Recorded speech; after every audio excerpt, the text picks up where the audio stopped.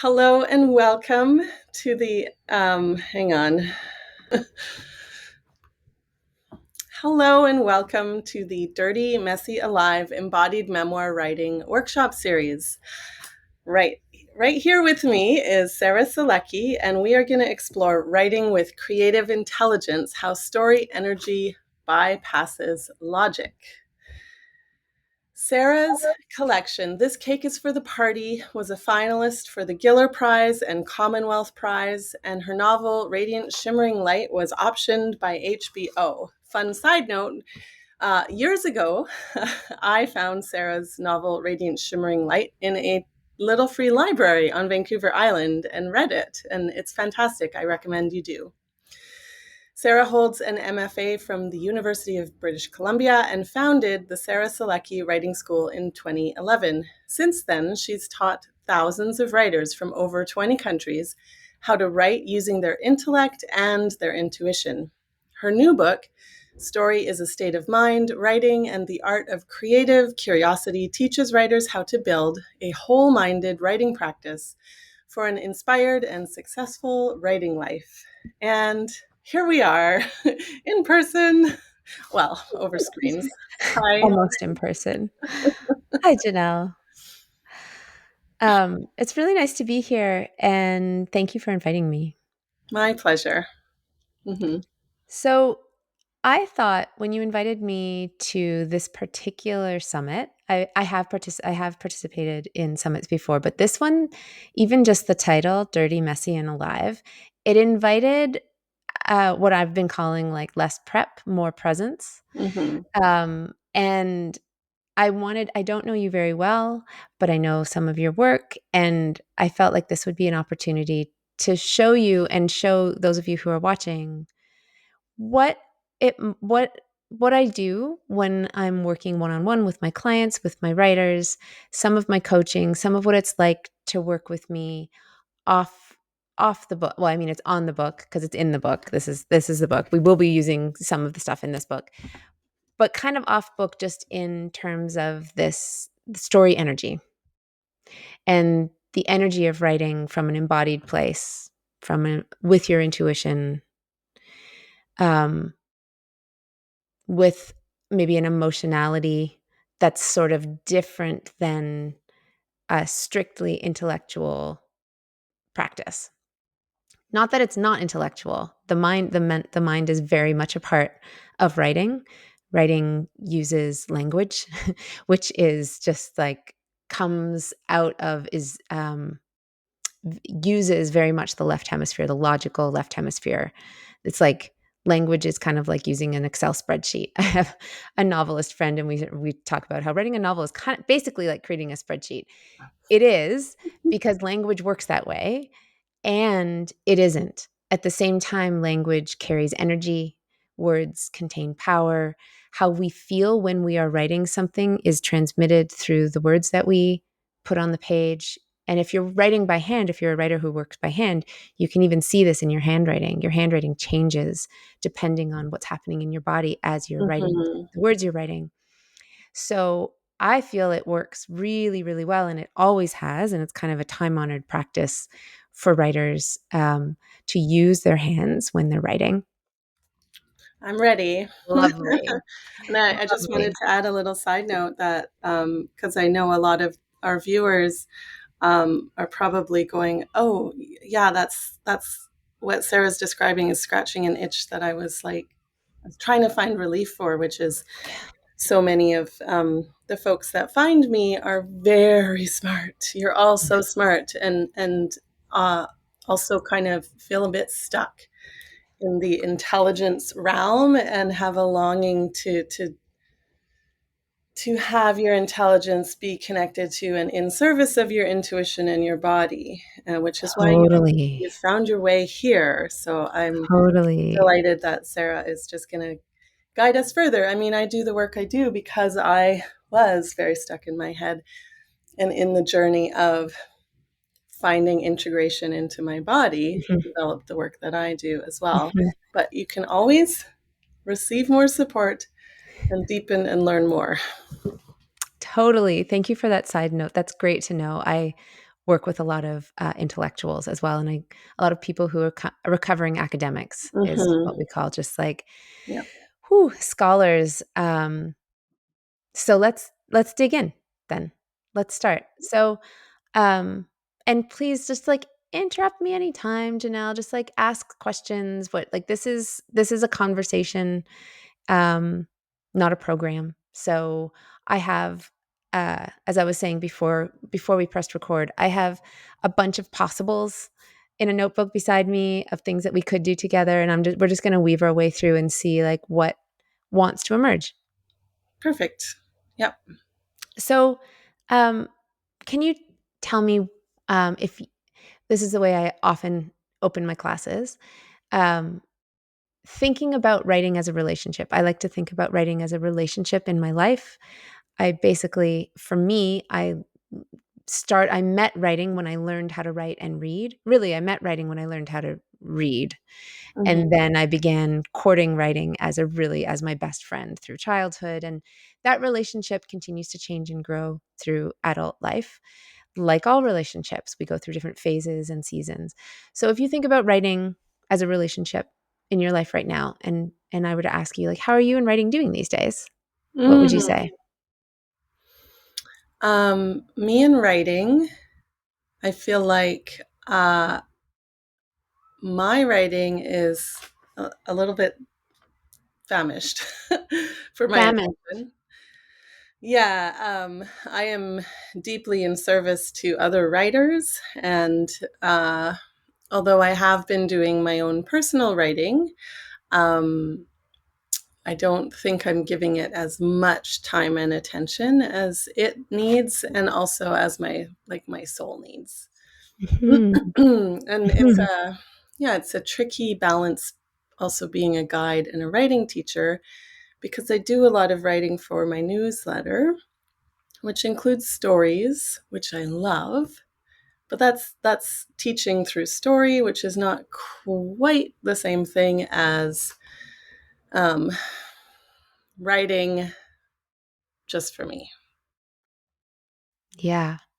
And writing just for you, can you tell me a bit more about what that is?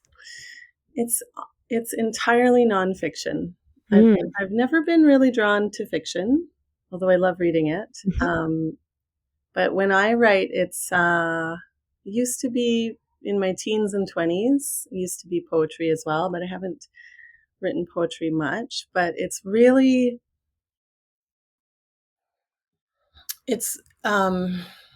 I'm really drawn to writing to get deeper into an experience. Mhm.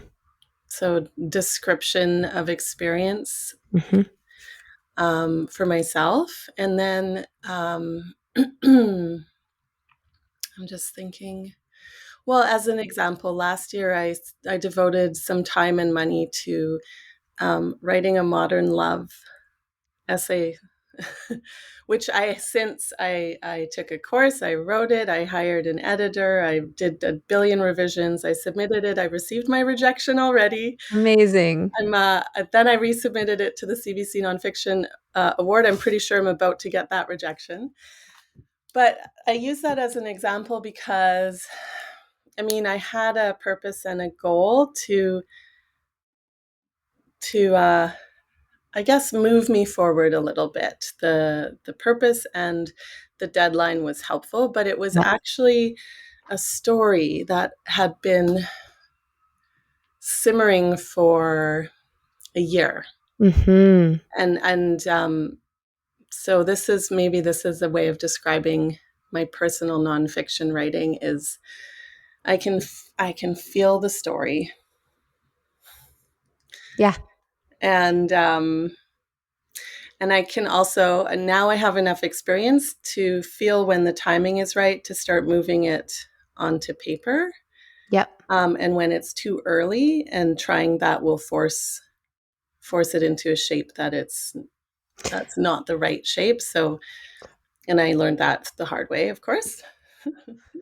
But I could feel this story was like, Janelle, Yeah. this is a love story that we we Yeah. had this experience and I need to come through, and I was putting it off.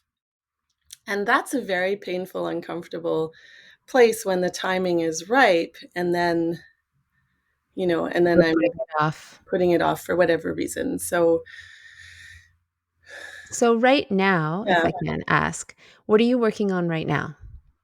right now, okay. I need to tune in. Mhm. Okay, so this is related to that story, but I can feel it in my belly. Mhm. What has been brewing and cooking is a collection of stories, little like essays, Mhm. all related to the erotic. And they're not like that one story, you know, and I'm so proud. Like I was so proud of myself that I wrote it for a Modern Love submission and I worked that hard. Like there's nothing left to make it more beautiful. Yeah. Um, which I love that feeling, and I don't always give myself the time and the space Right. to take a story all the way through. So what's brewing is probably 3 or 4 more stories like Okay. that I want to take all the way through, and then I'm happy to self-publish as a chapbook, doesn't matter, but they want to be a Yep. collection, and I don't know the full form of, what the story of the collected 5 stories is gonna say outside of Okay. their erotic stories. Okay. And I mean, it might be that you don't know until you write them. Exactly. So, let me get this. I want to make sure that I've got this right. You've got one written Mhm. and maybe four more that you have the presence. You're aware of their Mhm. presence. One is partially written Okay. because it was sent, sentence by sentence as a series of text flirtations, Yep. which, I think it's between 1 and 2,000 words. Okay. So, like, it's in a form that was in service to the interaction, but Right. Okay. the first draft, Okay. and then the rest are entirely not written yet. Not written yet. Okay. And when you just check in again, writing in a relationship, just when you check in, famished was the word that you used, just like not getting what you need, not getting your attention, what you need. Yeah, yeah. Okay. So, do you have an ask or a wish or an obstacle? Like, why is there something in the way? Yes, and it's a very, like, practical something that's in the way, and the practical thing is the need to make money Yeah. and being self-employed, which can become all-consuming. Yeah. Oh, The yeah. the thinking and the worrying and the strategizing and the trying to figure out how to, Yeah. like, make enough to also take care of my future old lady self. Yeah. Yeah. So that's the practical thing, but then the personal thing that I think there's room to change how I Right. navigate that is a worry habit Right. that consumes extra time I have Yeah. that doesn't need to be consumed and also isn't useful. Yeah. So, Something that you probably know, but it's worth just reminding, it's always good to have a mhm, reminder, is that when we are in worry or anxiety or that problem solving mhm, strategizing, which yeah, is like a worry mask, a very mhm, professional looking yeah, briefcase holding worry, um, it's actually almost impossible to access creativity. yeah, and I know that. I feel it. I do that to myself. Yeah, Yeah. and Yeah. I think that'll really resonate to people watching as well. Just a Is what I'm reminder. sharing, Yeah. yeah. Yeah. And, we are left brain dominant, like the left hemisphere. I'm not using this in neurosurgically, like neuroscientific proper terms. Like it's arguable if it's the right hemisphere and the left hemisphere. Brains are way more complicated than Mhm. anybody even understands. But for the purposes of this conversation, I'll just say the left brain is like the logical side of things. Mhm. We are in a very left brain dominant world, and culture, our this culture that you and I are speaking within, and the English language itself and speaking in Mhm. language is also more left brain than a nonverbal experience of life. Um, and what we don't often know, I think, as a part, like when I learned this was kind of like a mic drop moment for me because I do read about neurology and I am really interested in drawing on the right side of the brain and creative process and all of that. And because the writers who I've been reading and the culture is so dominant on the left brain, we get a lot of information about the amygdala. Mhm. We have two amygdalae. We have one amygdala that's on the left side of the brain, and we have another on the right. And the left brain amygdala presents as fear Mm. or anxiety or like problems, all of that stuff that we were talking about, worry. Um, and yes, it can tend to hijack the things that we do, and we are wired towards that negativity bias, makes that really present. All of the stuff that I'm sure your audience has read about and knows about, not new. But what was new to me was that we have the same part of the brain on the right side of the brain, and it presents when faced with something new or unknown and unfamiliar, it presents as curiosity. Well, this is new to me, and I love it. Yeah. So this is like such a great thing just to know. It's just like a really good piece of information. So like really simple, fun example of this. I was giving a talk on this topic earlier this summer, and I was staying at a friend's house, and in this on this Wolf Island near Kingston, beautiful place. And she was taking me on a walk on this kind of like private land, but she knew the owner, so it was cool. And we were going to go see this like wild expanse, beautiful, like right in the middle of Lake Mhm. Ontario, gorgeous, gorgeous. And we were walking, and she walked under a barbed wire fence. She just like crawled under it. And she's like super fit and super athletic, and was just like, yeah, let's get in there, and petite. And she just like scrolled under it and then said, "Oh, before you go under, um, just be careful because it might be live." Like, in other words, wires might have electricity running through them. Right, So okay. I felt my amygdala, like, I just like, it went off, and I was already feeling kinda, like, nerve-sighted about giving this public talk this morning, and this was just like a walk in nature to ground, but, it was all Mhm. I was already feeling a little bit activated. So Yeah. that I was just like, "No way!" And then I was like, "Well, this is exactly what your talk is about, so what are you gonna do?" And it's just as simple as being like, activating curiosity. So you're faced with something unknown. The default that's right Mhm. at the ready is some kind of a worry or a no, or like this is some Mhm. fear comes on. Yeah. So you can manipulate by like going into manual. That's the automatic. So you go into manual, you switch to manual, and you're like, what can I be curious about? And it always comes back Mhm. to the body for me. Mhm. Something of the 5 senses is just, like, snaps me out of it immediately because I'm very, like, sensory motivated. And so I thought, "Hmm, I wonder what it would feel like to crawl on that grass on all fours and get down as low as I could." And so Ooh. and then and it switched. I Yeah. mean, I still knew it wasn't like I was gonna go barreling through the barbed wire fence, but it switched my approach, and I wasn't really in danger. I watched her just do it. Everything was Mhm. actually fine. Mhm. Yeah. And then I had this whole other experience that was not a possibility from fear. It was not even in the same paradigm. Like, I could not even access what it would feel like to feel grass under my hands because I was already in the protection mode.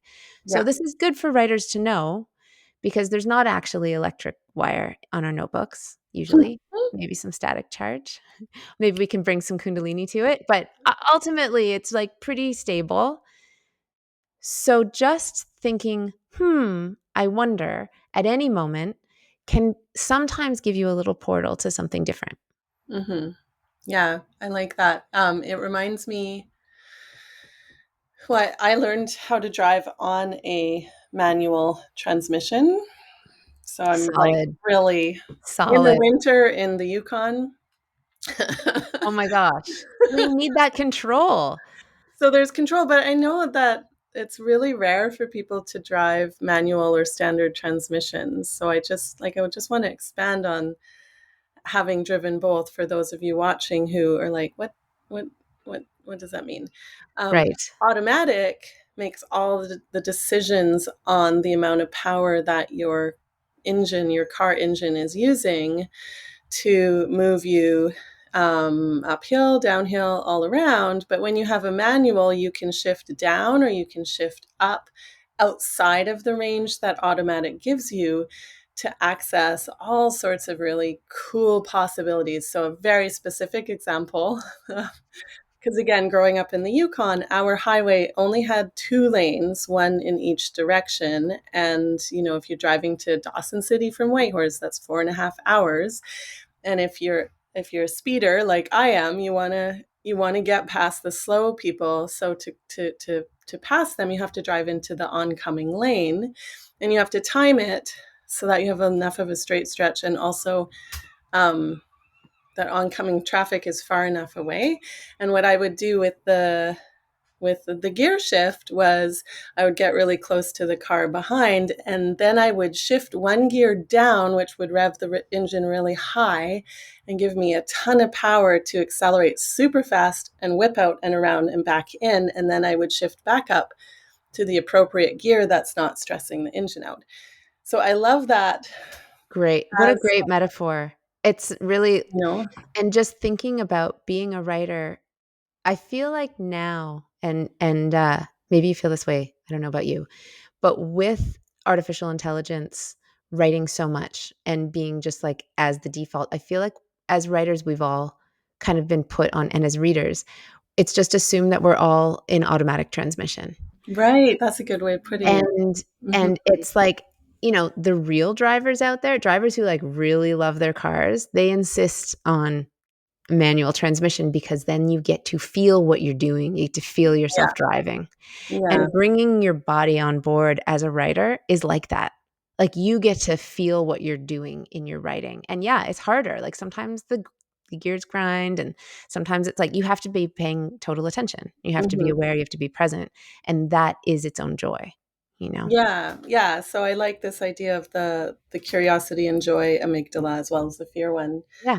And it also reminds me of Ross Gay's Book of Delights, Yeah.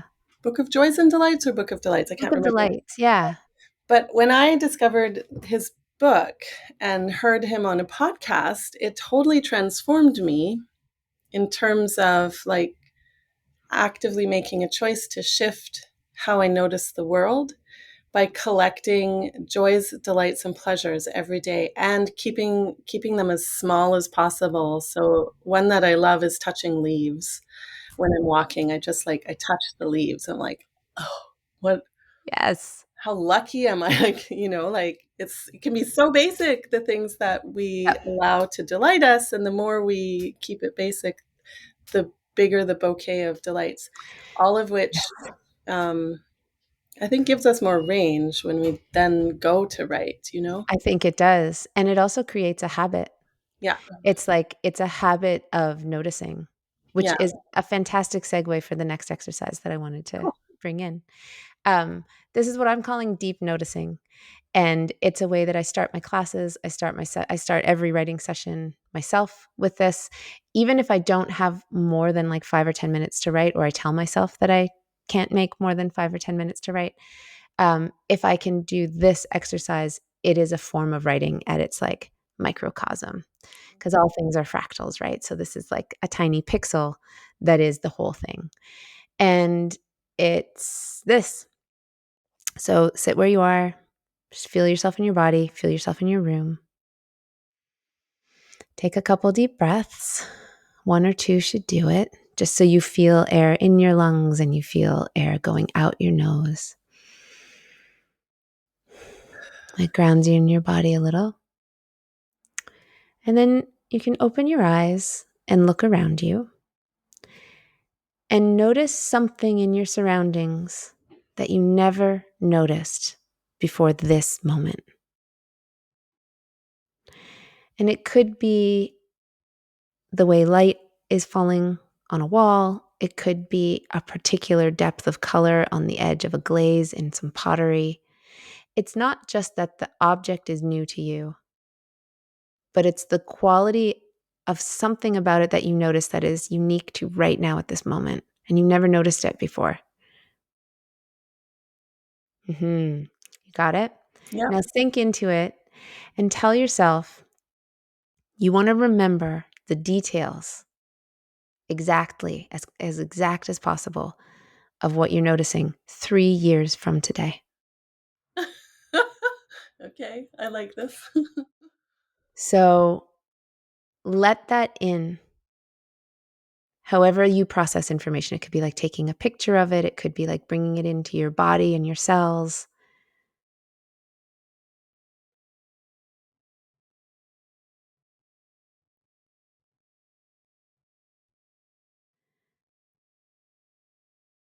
There's something that happens here that your consciousness becomes something of that thing. Just for a moment, you let it in that deep. And then move to your notebook and write it down. Okay. And it doesn't have to be big and fancy. You don't even have to use adjective like metaphors or anything. Adjectives probably are going to come out. Adjectives you can use. But it doesn't have to be fancy writing. Just write down what it is that you noticed and put that into words while it's still inside you.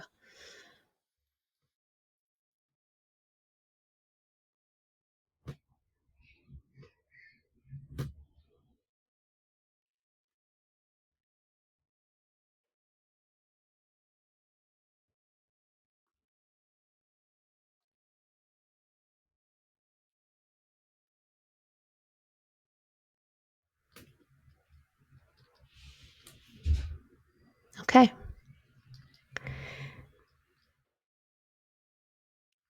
Do you want to I'm read it? not done. Just one line. Just one line. Okay. You want to read it? Do you want to share it? Okay, yep. Sheer mesh curtain, white, at the top is threaded through the curtain rod, also white. Lovely. The Lovely. main thing I was noticing I didn't get to, which was the ruffle You can write element that that down. was so. You can finish writing down the detail. Oh, thank you.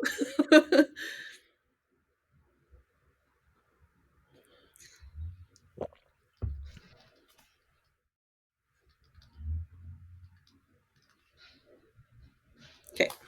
Okay, great. Can you finish it now? Let's hear I want to hear the rest of it. Okay, and it ruffles where it's sewn together. Lovely. Yeah. So, homework, if you want to, anyone who's watching, uh, do that with 10 items a day, Mm, every morning okay. as a writing practice. Yeah. Of course, it's also a mindfulness practice. People will recognize it as mindfulness. But in your writing, by transcribing it into words, that's where you take it further. That's where it becomes your creative writing practice. Mm-hmm. And um, when I teach classes, when I teach stories of state of mind retreats, we start our days with everybody does 10 of those, and we just write a list of 10 things that we notice that we didn't notice before. And then everyone reads one aloud. And Mm-hmm. it's this beautiful poem that is a poem that is like energetically present to where we all are because everyone dropped into presence. Mm-hmm. And this is, I think, what Mary Oliver's poetry transmits so beautifully, and many poets, but I feel like she is particularly good at this and practiced it in her work. There's a poem called A Summer's Day, or The Summer Day, where she describes a grasshopper um, and eating icing from a cupcake. And it's very simple writing. It's just like the grasshopper's eyes. I mean, but in an interview I heard with her on Being with Krista Tippett, she described like that was actually a grasshopper. That was actually at my neighbor's birthday party, and I saw this grasshopper eat some icing from the cupcake, and I just watched it. And then she wrote about that. And this aspect of deep noticing and then transmitting that presence, we see through her eyes. Mm-hmm. And this is what writing can do when it's at its most powerful. When you're in manual mode and you are writing as an embodied, conscious um, human being having a spiritual experience, like being part of everything while also being separate and in your own body simultaneously, you can transmit that kind of presence through your words. Not even so much only in the words you choose. It's not just about getting the right Lego blocks for the words. That's part of it. Like you can't write a novel, you can't make a Lego structure without the Lego blocks. You can't write a novel without language. But it's the energy that you put into them that makes it different than Lego blocks. It makes it alive. I want to add something from my nervous system trauma healing training, somatic Mhm. experiencing, because this is very similar. It's not quite the same, but it's very similar to a technique I use often with my students and myself called OMG, Orient, Mobilize, and Ground, which is the orienting part is the part that's very similar, where I invite people to look around the room that they're in, up, down, all around, not in the habitual ways, and then notice an object and really look at it and name three tangible things. And if you can, say it out loud. Mm. Three distinct, tangible things, nothing abstract. Mm. And notice what happens in your body. And then you do it two more times. And what that does for our nervous system is, because so many of us are in some kind of a stuck little state of an incomplete trauma response of usually fight, flight, blah, blah, fight, Mhm. flight, or freeze. I'm Mhm. oversimplifying it, but Yeah. um, we have, most of us have reached adulthood not having proper support to discharge the adrenaline of appropriate trauma responses. And so they get stuck and humming in our system. And then it's often very hard to feel safe. There's a part that's hyper vigilantly tracking and not registering that safety is actually real and here in the room that you're in because of this hypervigilant fear, back to fear. Yeah. And it's very much in the nervous system. And so simply orienting, and very intentionally looking at an object and finding three descriptive words and staying out of the abstract actually helps to remind the nervous system that it can Huh. relax and settle in this moment. And I even saw your shoulders soften when Mhm. I described that. And then when we do that in a group, like you described with Mhm. your writing practice, then even over Zoom, when we read aloud, when we share those experiences, we're not just regulating our own nervous system, but we're creating a co-regulated Yeah. field that brings all of us into a more spacious state where curiosity and creativity is more available. 100%. I love it.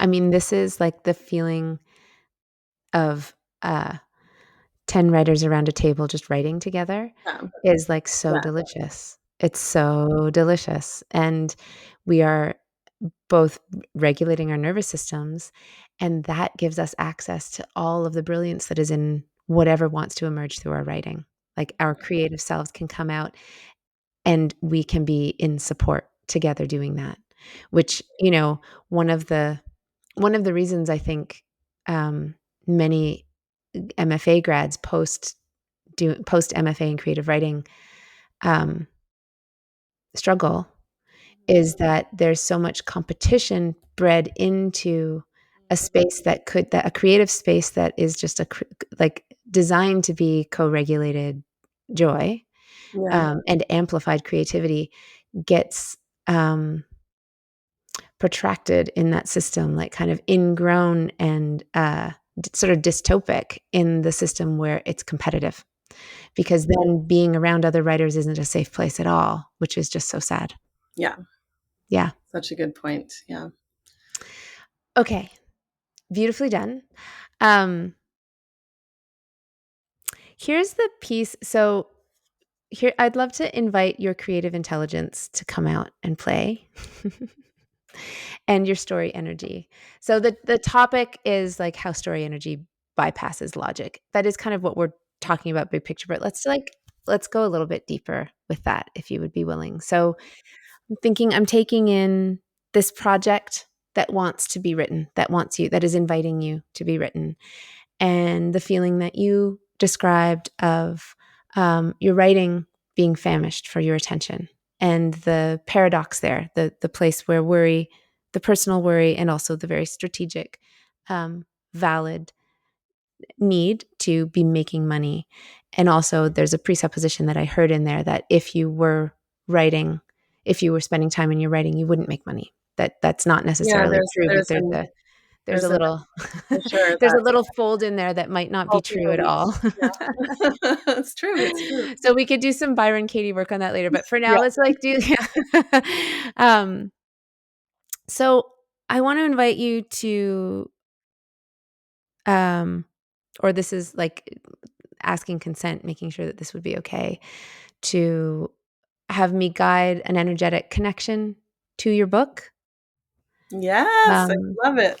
and for you, like unconsciously to be connected to it, and for you to be consciously aware of that connection as you are unconsciously connecting to it.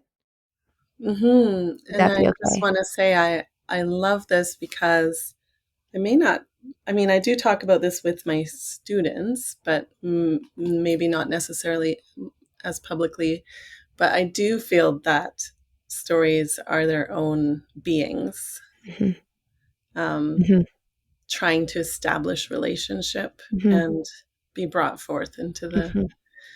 Yeah, human material world. yeah, I Mhm. think so too. I mean, this is the place where language is, like, we're so used to words language being such an effective mode of transmitting an idea, but actually when we're talking about stuff like stories, ideas, creativity, what makes us human, Yeah, consciousness, writing yeah. together, language kind of falters because, it's not it's a translation. I, I worked with, um, a wonderful teacher named Peter Levitt. He's actually on Salt Spring Island. He's a poet, and he taught revision as translation.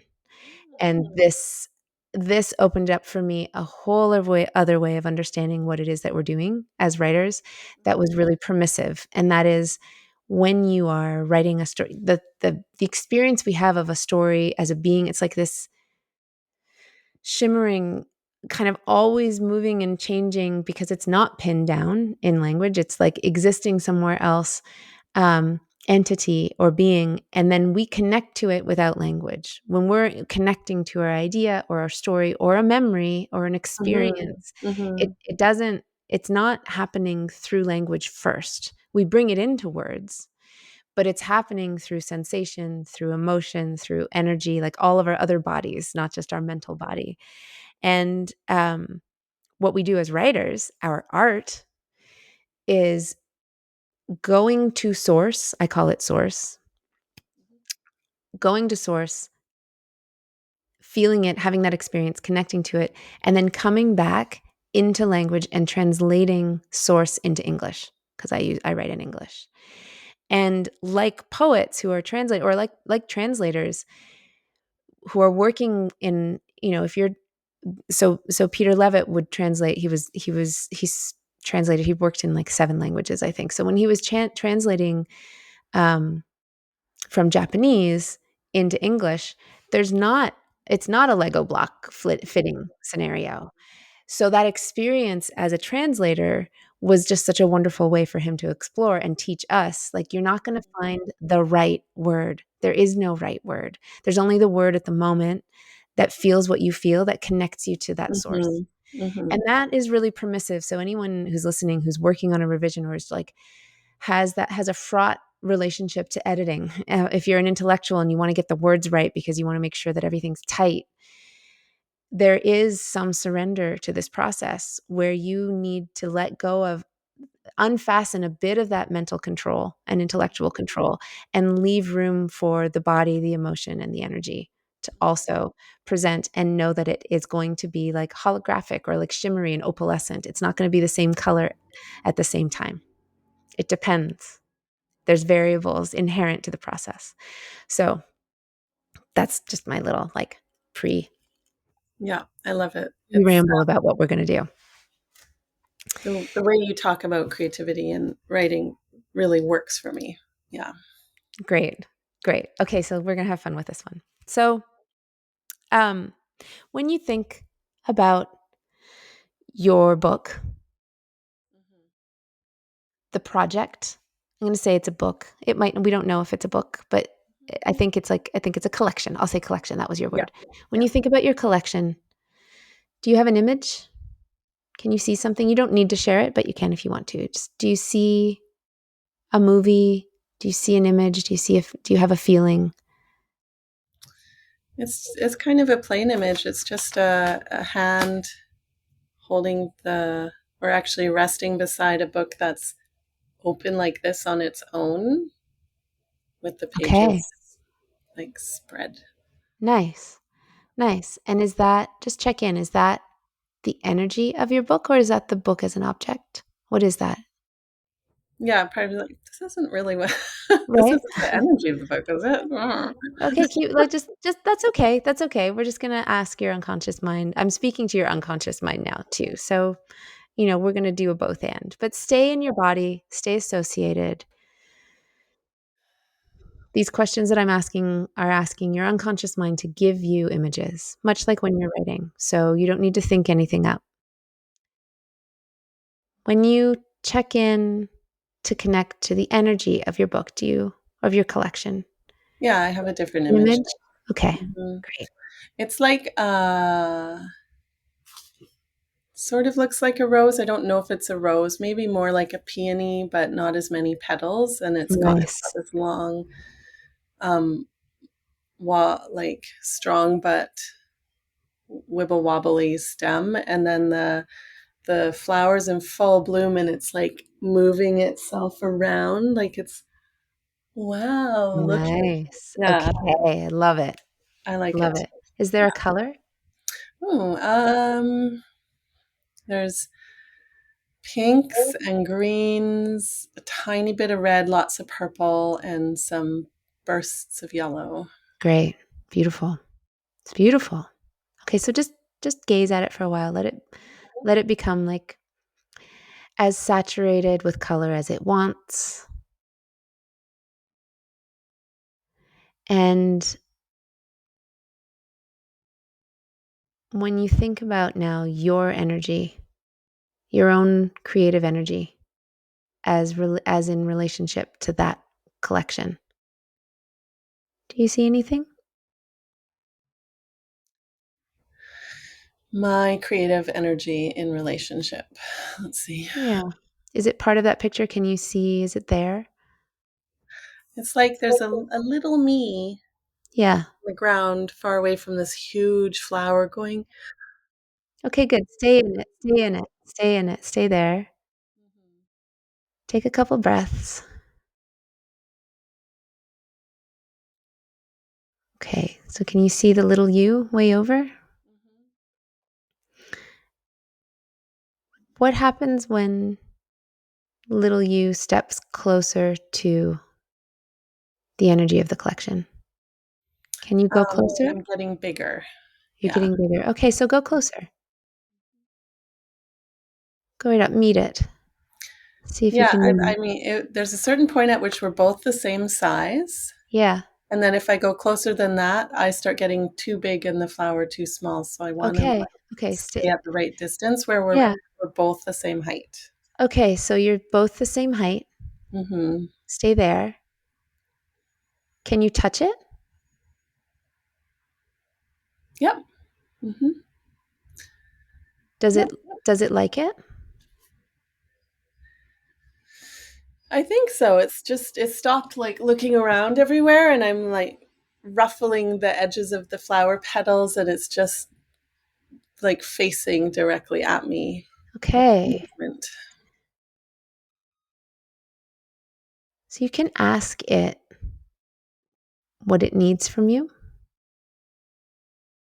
Does it have any advice from you or a message? Okay. And you don't need to say it out loud. You can also write it down.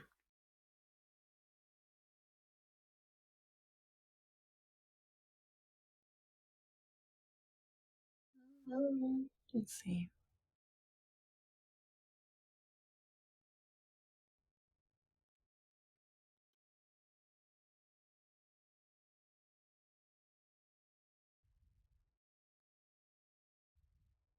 Looks like you're thinking. Come Yeah, on it back. feels too private to share. You don't need to But share it. I'm a little puzzled. You don't need to share it. What you could Mhm, do, just come back to you don't need to share actually any of the content of what you're seeing mhm. from now. This can be yours. Yeah. And it might be better for your unconscious mind to just know that you can be consciously aware of what's happening, but you don't Mhm, need to share it. mhm. So go And back. I mean, just as like a little side note for viewers, I'm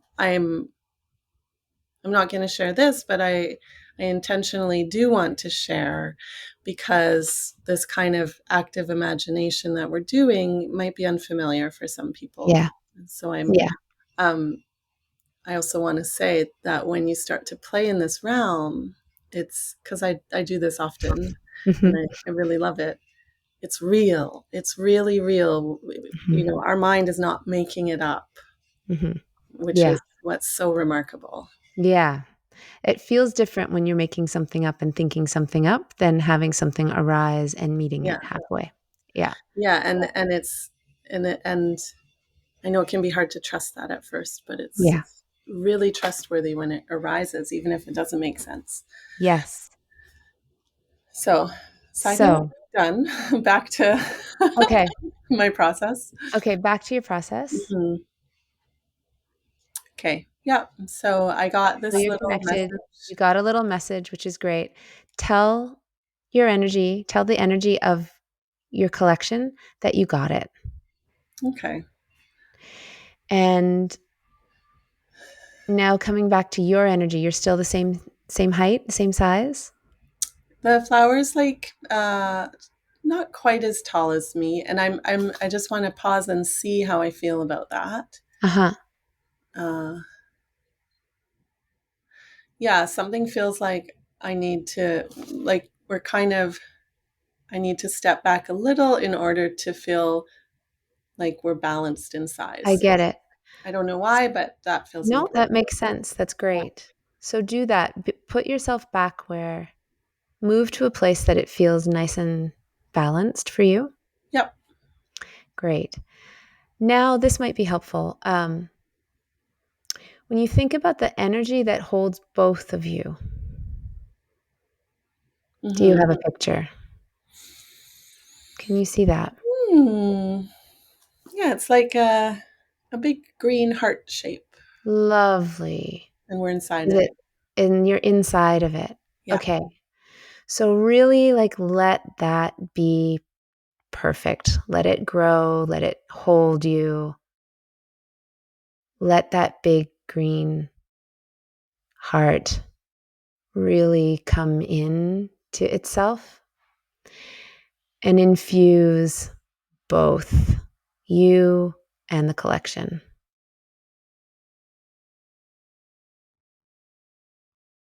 How does that feel? Yeah, it feels really nice. Like, ooh. Mhm. Mhm. So when you think about writing the first story or finishing a new or yeah, generating a new story, getting a new draft.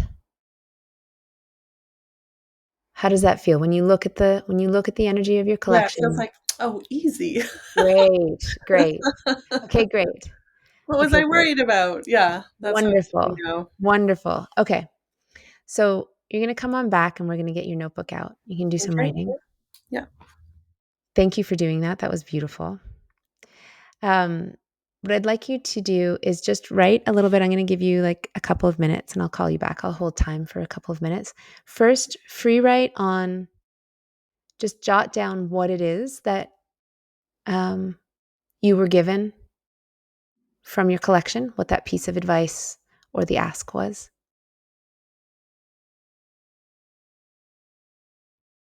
And just write for 2 minutes on that.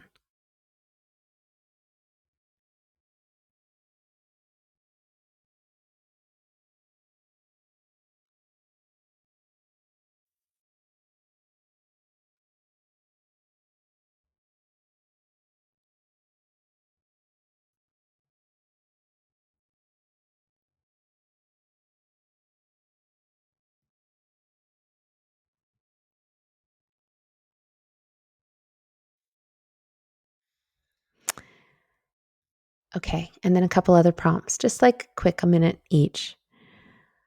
I love writing because.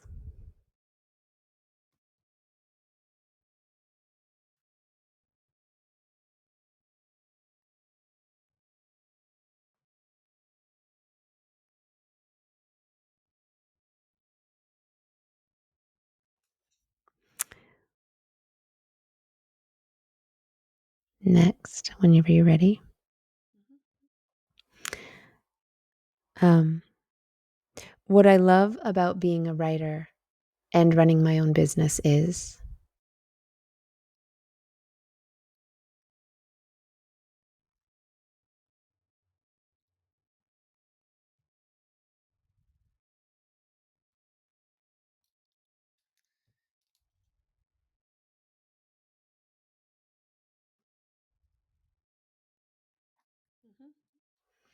And I feel whole when.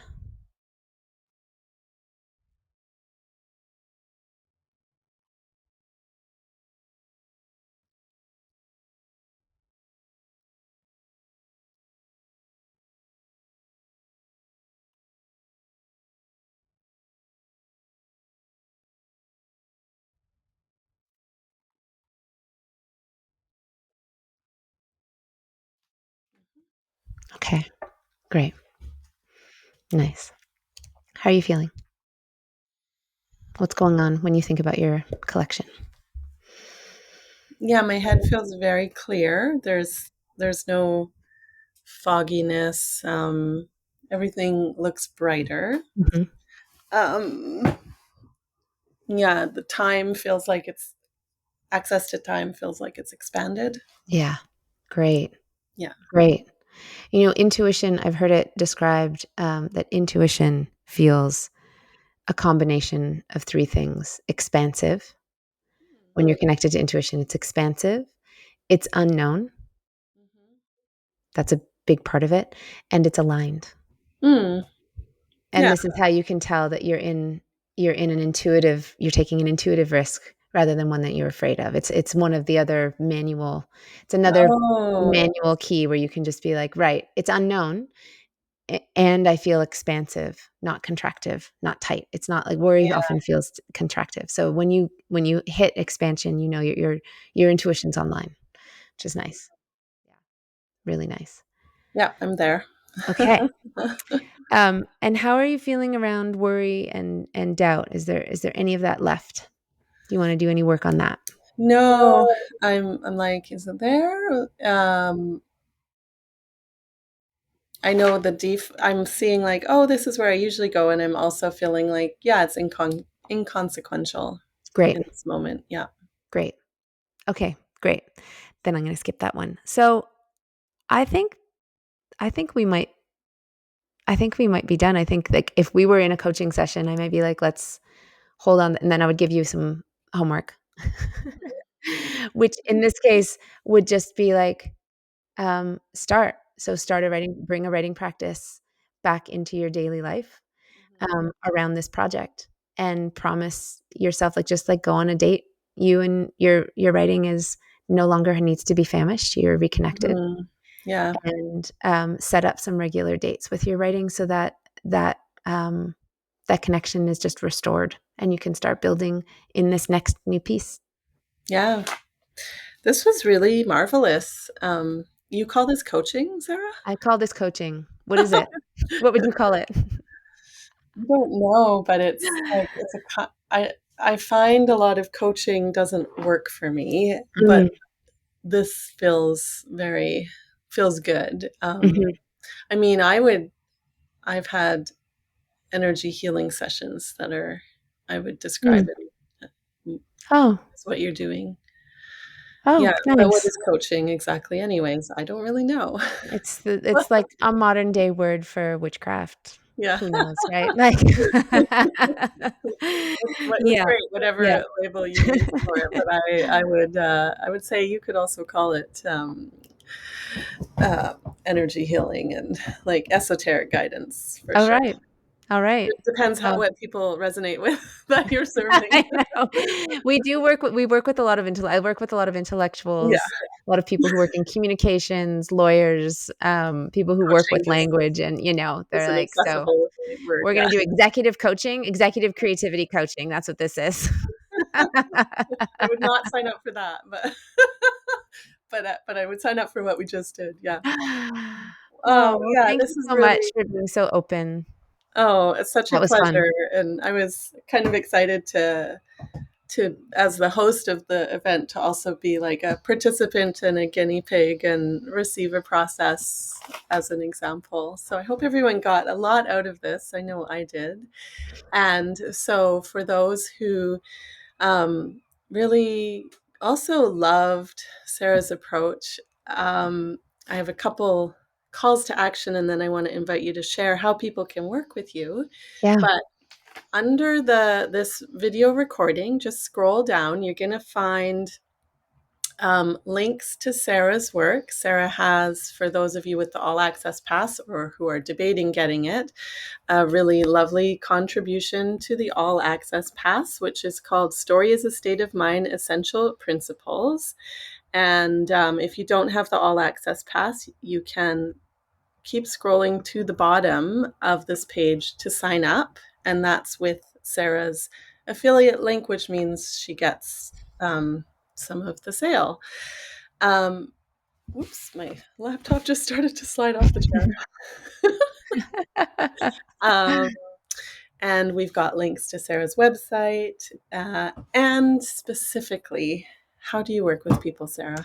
Well, I have writing programs. So, the story course is a self-paced, self-led, downloadable, you have it for life creative writing program if you're interested in craft.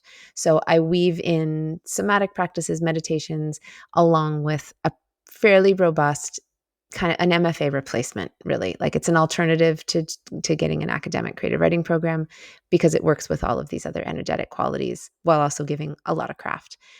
And if you'd like to work with me as a coach one on one, you can email me at sarah@selecky.com and inquire about that. I have spots, maybe 3 a year.